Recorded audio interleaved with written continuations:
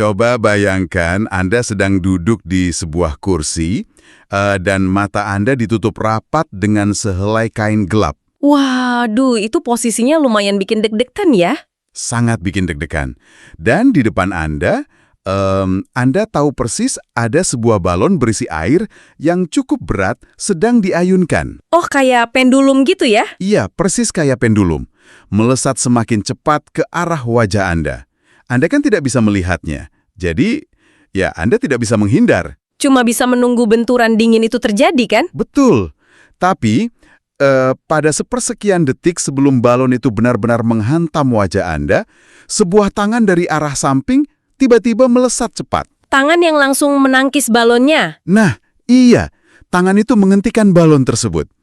Hari ini, eksplorasi kita sama sekali tidak akan membahas adegan heroik dari naskah film aksi ya. Sama sekali bukan. Tepat sekali. Kita justru akan masuk ke ruang yang jauh lebih intim dan sebenarnya sangat tidak terduga. Benar. Sebuah ruang di mana kamera itu seharusnya sedang tidak merekam narasi apapun, tapi malah menangkap sesuatu yang jauh lebih nyata. Sesuatu yang murni spontan. Betul. Jadi, selamat datang di pembahasan mendalam kita kali ini.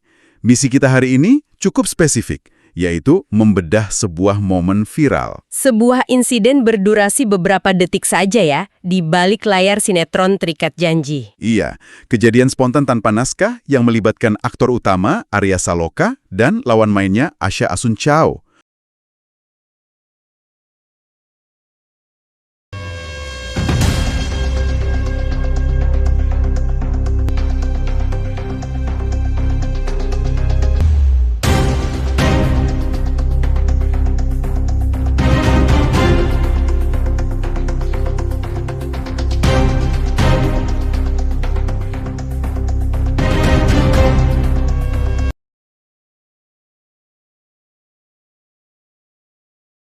Momen ini sukses bikin jagat maya meledak loh. Bikin netizen baper massal kan? Pasti dong. Tapi sebelum kita membedah anatomi kejadiannya, ada satu hal yang terus mengganggu pikiran saya. Apa itu? Ke kamera ponsel ini justru terasa jauh lebih mengunci perhatian kita. Dibandingkan adegan klimaks di sinetronnya sendiri? Nah itu. Padahal adegan sinetron kan sudah disutradarai berminggu-minggu, lampunya mahal, musiknya dramatis. Tapi kenapa momen Arya Saloka ini yang lebih ngena? Kalau kita lihat konteks luasnya, ini berkaitan banget sama apa yang sering saya sebut sebagai dinding keempat emosi, atau the fourth wall of emotion. Wah, istilah yang menarik. Gimana tuh maksudnya? Jadi gini, otak manusia modern itu sangat canggih. Kita punya semacam radar internal yang selalu memindai mana interaksi yang direkayasa, mana yang benar-benar tulus. Oh, jadi kita secara bawah sadar tahu kalau itu bohongan. Tepat. Ketika Anda menonton seorang aktor sehebat Arya Saloka berakting di layar, sebagian dari otak Anda selalu sadar kalau dia sedang bekerja. Bener juga sih. Itu kan transaksi profesional ya. Iya. Tapi ketika radar kita mendeteksi sebuah momen di mana seorang aktor tertangkap basah sedang lengah, pertahanan itu runtuh ya? Runtuh seketika. Kita merasa dapat akses VIP ke ruang psikologis yang sesungguhnya. Itulah mengapa hal-hal tanpa naskah menyentuh bagian primitif di otak kita. Bagian yang selalu haus akan kejujuran sosial kan? 100% betul. Kita butuh keaslian itu. Berarti kita sedang membicarakan tentang hilangnya kontrol. Coba kita bedah situasinya. Karena untuk memahami kenapa momen kepedulian ke Arya Saloka ini begitu kuat, Anda yang sedang mendengarkan harus merasakan betul atmosfer di lokasi syutingnya. Lokasi syuting sinetron kejar tayang harian itu ritmenya gila-gilaan loh. Banget.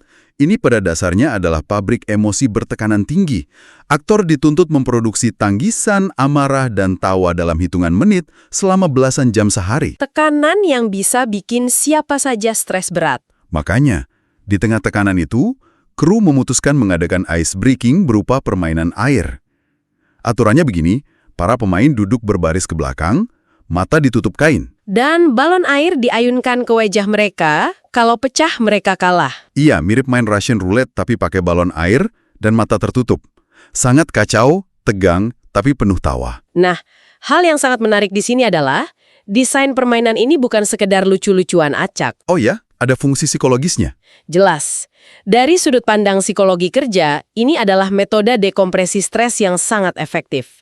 Coba Anda pikirkan, aktor seperti Arya Saloka harus terus-menerus mengendalikan mikroekspresi wajahnya. Oh, saya paham. Di depan kamera, semuanya tentang kontrol kognitif ya? Betul sekali. Ketika Arya Saloka dipaksa menutup mata dan menunggu hantaman balon, seluruh kontrol itu direnggut paksa darinya. Itu analogi yang pas banget sih. Ini kayak, bayangkan Anda mengambil seorang CEO yang biasa memerintah perusahaan. Terus Anda suruh dia main game konyol. Iya, Anda memaksanya duduk di kursi dangteng di pasar malam, Anda melucuti naskahnya, melucuti otoritasnya. Dan baju besinya juga hilang. Tepat. Begitu matanya ditutup, Arya Saloka bukan lagi Sena, si pemeran utama yang berwibawa. Dia direduksi jadi manusia biasa yang rentan terhadap balon air. Penjabaran yang sangat akurat. Dan kerentanan inilah yang jadi fondasi insiden tersebut. Karena dia sedang tidak pakai topeng karakternya ya. Iya, ketika Anda menempatkan orang yang biasanya jadi pusat gravitasi, peran sentral seorang Arya Saloka, ke posisi paling terekspos, dinamika kelompok pasti bergeser. Terlebih lagi, posisi Arya Saloka saat itu benar-benar di garis depan loh. Oh, dia yang paling rawan kena duluan ya. Banget. Dia duduk di urutan paling pertama, langsung berhadapan dengan pendulum air. Di belakangnya baru ada Pak Nova yang memerankan ayah karakter Davina. Lalu ada Dipa di belakangnya lagi, Oke, kan? betul. Jadi Arya Saloka ini tameng pertama. Balon air mulai diayunkan kencang, orang-orang tertawa riuh.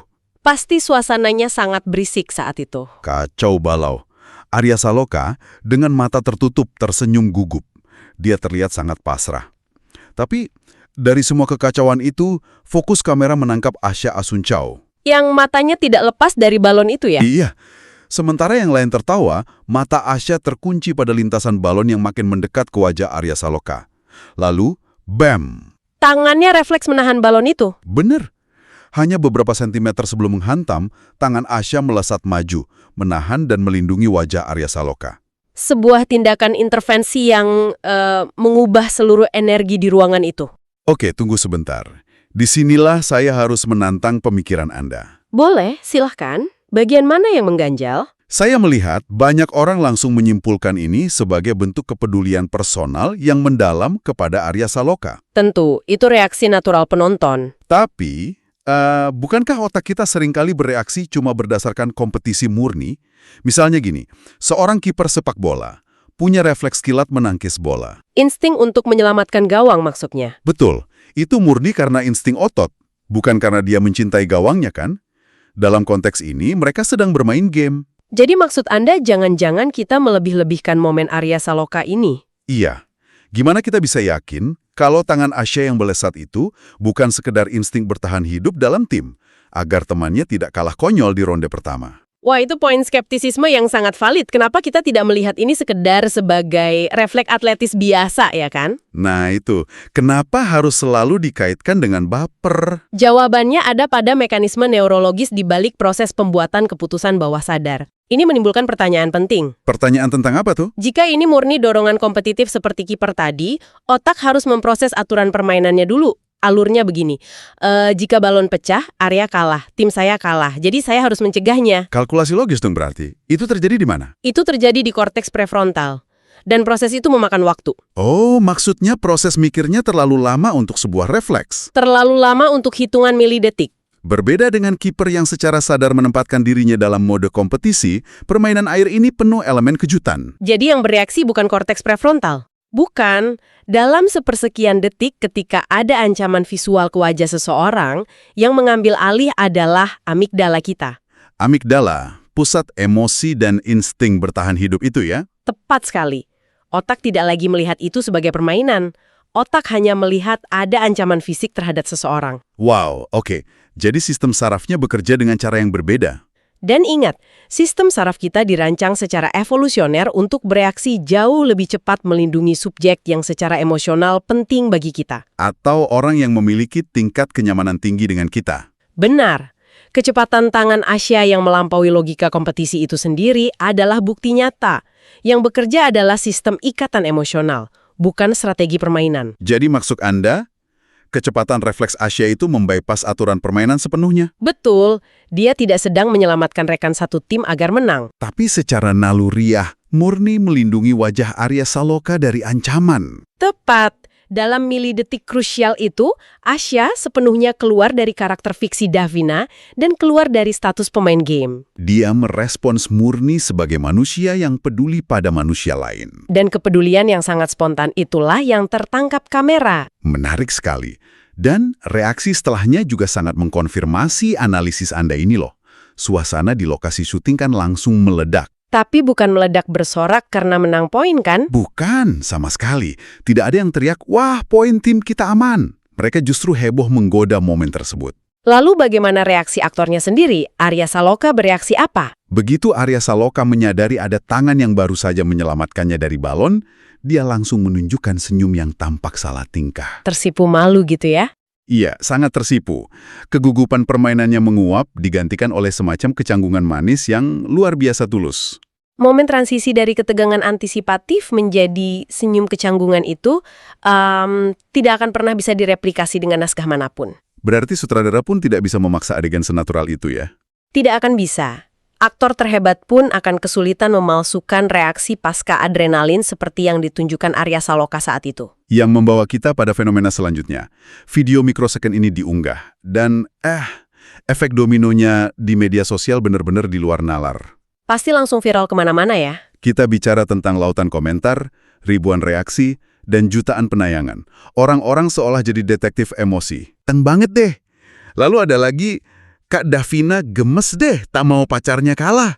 Perhatikan bagaimana netizen bereaksi di situ. Iya, daya tarik Arya Saloka sebagai aktor utama seolah memancar lebih kuat justru saat dia terlihat tidak berdaya kan? Dan netizen secara aktif menggunakan nama karakter fiksi mereka, Sena dan Davina, untuk mendeskripsikan tindakan nyata aktornya. Nah, itu dia. Kenapa otak penonton melakukan ini? Mengaburkan batas fiksi dan realita. Ini adalah aspek sosiologis yang memikat banget. Fenomena ini berakar pada apa yang disebut hubungan parasosial atau parasocial relationships. Hubungan sepihak antara penonton dan idola ya? Betul. Otak kita itu secara konstan mencari konsistensi.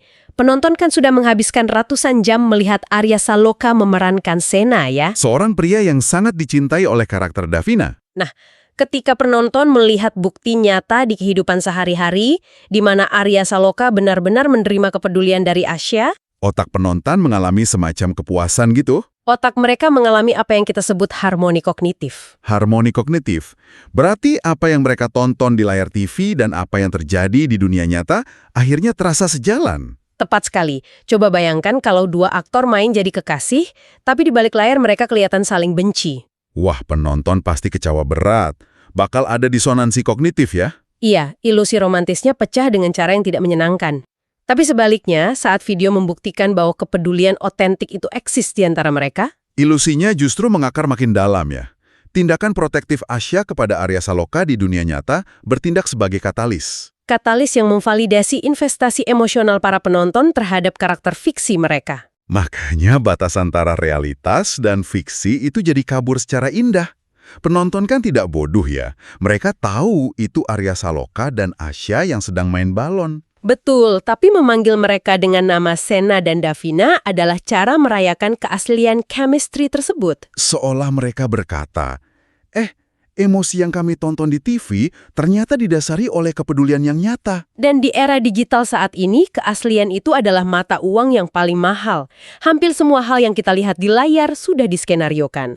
Difilter sedemikian rupa, dievaluasi oleh manajer humas. Dipoles sampai sempurna.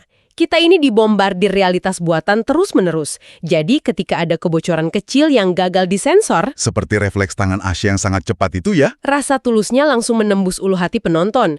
Kehangatan natural inilah yang mengikat jiwa penggemar jauh lebih kuat. Jauh lebih kuat daripada monolog romantis sambil menangis di bawah hujan buatan kan? Pasti. Wah, ini mengubah cara saya melihat video di belakang layar sepenuhnya. Ini bukan sekedar kompilasi video lucu-lucuan kru. Ini semacam uji keaslian yang tidak disengaja. Benar, penggemar terikat janji pada dasarnya sedang mengonsumsi kedekatan emosional nyata yang dipancarkan Arya Saloka dan lawan mainnya. Sepenuhnya benar. Dan jika kita menarik semua benang merah dari psikologi tadi, sampai respons netizen, ada satu kesimpulan yang sangat kuat. Apa kesimpulannya? Perhatian kecil yang spontan, seperti melindungi seseorang dari balon air, seringkali berbicara lebih jujur tentang sebuah hubungan, dibandingkan ribuan kata romantis yang dilatih berulang kali. Luar biasa. Biarkan saya mengulanginya pelan-pelan, karena kalimat hikmah itu benar-benar sangat dalam. Silakan.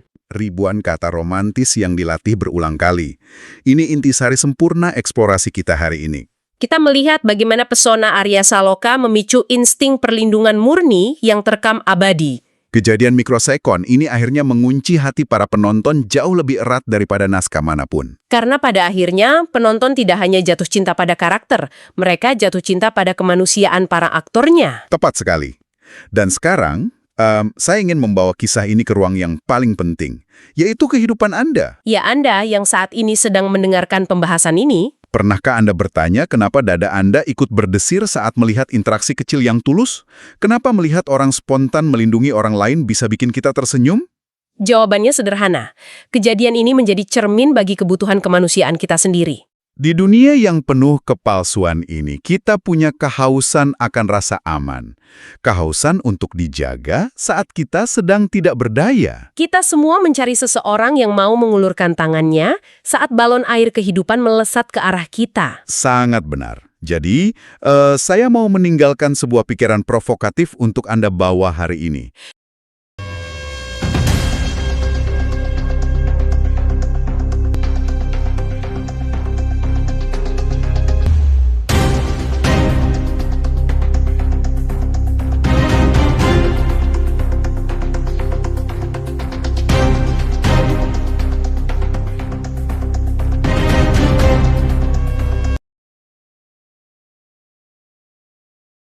Coba perhatikan kehidupan Anda sendiri dengan lebih jeli. Refleks spontan apa yang tanpa sadar telah Anda lakukan hari ini yang sebenarnya membongkar rahasia kepada siapa Anda benar-benar peduli? Mungkin bukan menahan balon air ya. Bukan? Mungkin hal sekecil menahan pintu lift, menggeser cangkir kopi agar tidak tumpah ke dokumen teman, atau tiba-tiba menelepon seseorang tanpa alasan. Terkadang, kemana tangan kita bergerak secara refleks adalah bukti cinta yang paling nyata. Selamat merenung dan temukan keaslian dalam refleks Anda sendiri. Terima kasih sudah mendengarkan. Dan jangan lupa untuk like, comment, share, dan subscribe di channel Motivasi David ini untuk pembahasan mendalam lainnya. Sampai jumpa.